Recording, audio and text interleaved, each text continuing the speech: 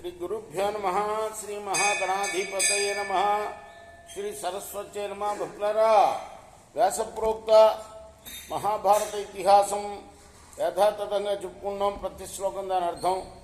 ఇందులో భాగంగా నిన్నటి వరకు మనం ఆది సభ అరణ్య విరాట ఉద్యోగ భీష్మ ద్రోణ కర్ణ శల్య సౌప్తిక స్త్రీ పర్వాలనే 11 పర్వాలు పూర్తి చేసాం. 18 పర్వాల్లో 12వదైన శాంతిపురంలో 123వ అధ్యాయం వరకు చెప్పుకున్నాం. ఈ రోజున 124వ అధ్యాయం చెప్పుకునే ముందు వ్యాస భగవానుడిని ప్రార్థన చేసుకుందాం.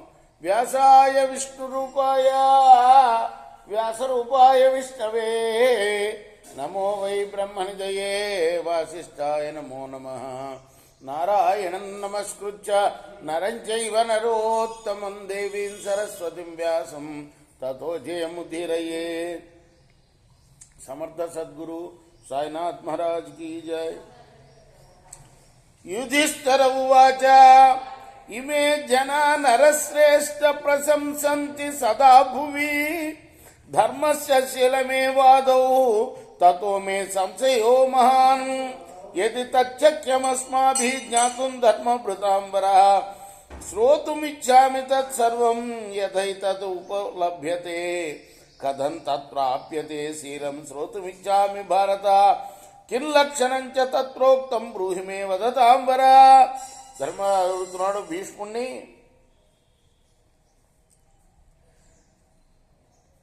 భూమండలంలో ప్రజలందరూ కూడాను శీలాన్ని ప్రశంసిస్తూ ఉంటారయ్యా. నాకు సందేహం ఉంది. శీలం అనేది ఎలా లభిస్తుందో తెలుసుకోవాలి. వక్తల్లో శ్రేష్ఠుడు అయిన పితామహ, దాని లక్షణం ఏమిటో చెప్పవయ్యా. భీష్మ ఉవాచ పురా దుర్యోధనేనేహ ధృతరాష్ట్రాయ మనద ఆఖ్యాతం తప్యమానేన శ్రియం దృష్ట్వా తథాగతం ఇంద్రప్రస్థే మహారాజా తవ సభ్రాతృకస్య సభాయాం చాహవచనం తత్సర్వం శృణు భారత. భవతస్తాం సభాం దృష్ట్వా సమృద్ధించాప్యమత్తమాం దుర్యోధనస్తదాసీనః సర్వం పిత్రే న్యవేదయేత్. భీష్ముడు చెప్పడం ప్రారంభించాడు. ధర్మరాజా,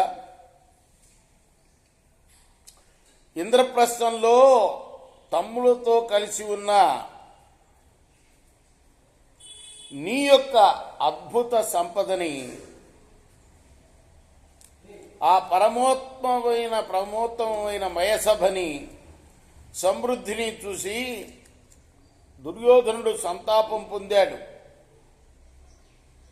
ఆ తర్వాత తన సభలో కూర్చుండి, అంటే ఇంటికి వచ్చిన తర్వాత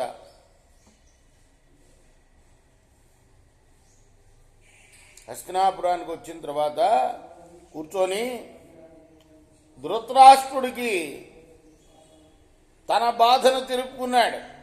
మనోవ్యధంతా చెప్పుకున్నాడు. ఏమంటాడంటే, శ్రుత్వా హి ధృతరాష్ట్రస్య దుర్యోధన వచస్తథా అబ్రవీత్ కర్ణ సహితం దుర్యోధనమిమం వచః. ఆ సమయంలో, ఏ సమయంలో దుర్యోధనుడు తన యొక్క మనసులో ఉన్న వ్యధని ధృతరాష్ట్రుడికి వ్యక్తపరుస్తున్న సమయంలో ధృతరాష్ట్రుడు దుర్యోధనుడితో కర్ణుడు వింటూ ఉండగా ఈ మాటలన్నాడు. ధృతరాష్ట్ర ఉవాచ కిమర్థం తప్యసే పుత్ర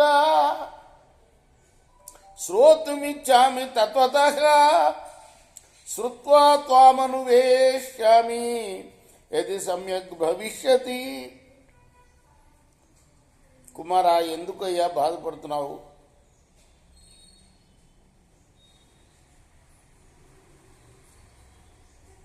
నీ మనోవ్యధ ఏంటో చెప్పు. అది విన్నాక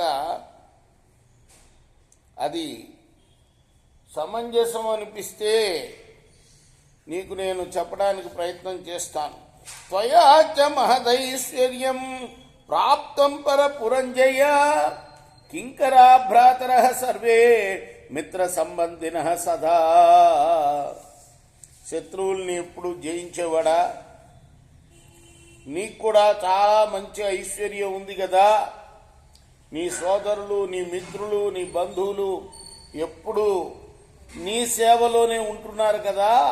ఆచ్ఛాదయసి ప్రావారాన్ అశ్నాసి పిశితౌదరం ఆజనేయా వహంత్యస్వ కేనాసి హరిణకృశ. ఎంతో విలువైన వస్త్రాలు ధరిస్తూ ఉన్నావు, మంచి ఆహారం తింటున్నావు,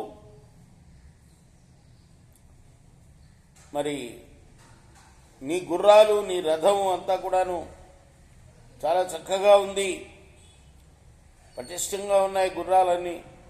ఎందుకు ఇలా పాలిపోయి కృషించిపోతున్నావు? దుర్యోధన ఉవాచ, దుర్యోధనుడు చెప్తున్నాడు, దశతాని సహస్రాణి స్నాతకానాం మహాత్మనాం భుంజతే రుక్మపాత్రీభి యుధిష్ఠిర నివేశనే. నేను వెళ్ళి చూసి వచ్చాను. ఓ మహారాజా, తండ్రితో అంటున్నాడు, ఇంద్రప్రస్థం వెళ్ళాను, అక్కడ ధర్మరాజు గృహంలో బ్రాహ్మణులు రోజు 10,000 మంది బంగారు పళ్ళల్లో భుజిస్తున్నారయ్యా. దృష్ట్వాచ తాం సభాం దివ్యాం దివ్య పుష్ప ఫలాన్వితాం అశ్వాం అకల్మషాన్ వస్త్రాన్ని వివిధాని చ దృష్ట్వా తాం పాండవేయానాం బుద్ధిం వైశ్రవణీం శుభాం అమిత్రాణాం సుమహతీం అనుశోచామి భారత. దివ్య పుష్ప ఫలాలతో శోభిల్లుతున్న ఆ సభను, అక్కడున్న రకరకాల వస్త్రాలని చూసి శత్రువులైన పాండవేయుల యొక్క కుబేర సంపదను చూసి నిరంతరం నేను శోకిస్తున్నానయ్యా. ధృతరాష్ట్ర ఉవాచ, ధృతరాష్ట్ర చెప్పడం మొదలుపెట్టాడు, యదీచ్ఛసి శ్రీయంతాయాదృశీ సా యుధిష్ఠిరే విశిష్టాం వా నరవ్యాఘ్ర శీలవాన్ భవ పుత్రక.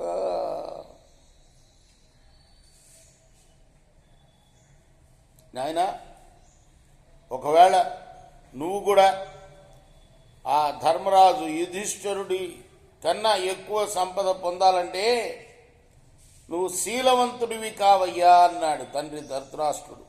శీలేన హి త్రయో లోకా శక్యా జేతున్న సంశయ నహి కించిద్ అసాధ్యం వై లోకే శీలవతాం భవేత్. శీలంతోటే ముల్లోకాల్ని జయించడం సాధ్యం అవుతుంది, ఇందులో ఏమాత్రం సందేహం లేదు. లోకంలో శీలవంతుడికి అసాధ్యమైనది ఏదీ లేదు సుమా. ఏకరాత్రేణ మాంధాత త్రయేణ జనమేజయ సప్తరాత్రేణ నా భాగ పృథివీం ప్రతిపేదిరే. మాంధాత 1 రోజులోను, జనమేజయుడు 3 రోజుల్లోనూ, నా భాగుడు 7 రోజుల్లోనూ రాజ్యాన్ని పొందాడయ్యా. ఏతే హి పార్థివా సర్వే శీలవంతో దయాన్విత అస్తేషాం గుణక్రీత వసుధా స్వయమాగత.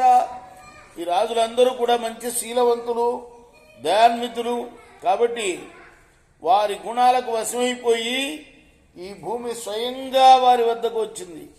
దుర్యోధన ఉవాచ, కథం తత్ప్రాప్యతే శీలం శ్రోతుమిచ్చామి భరత ఏన శీలేన తై ప్రాప్త క్షిప్రమేవ వసుంధర. దుర్యోధనుడు అప్పుడు అడిగాడు, ఏ శీలం చేత వారికి శీఘ్రంగా ఈ వసుంధర ప్రాప్తించిందో, ఆ శీలం ఎలా లభిస్తుందో విలానలి ఉంది. ధృతరాష్ట్రుడు చెప్పడం ప్రారంభించారు. మరి ఆ కథ మనం రేపు కొనసాగిద్దాం ఈ కథని. కృష్ణార్పణమస్తు, సాయి కృష్ణార్పణమస్తు.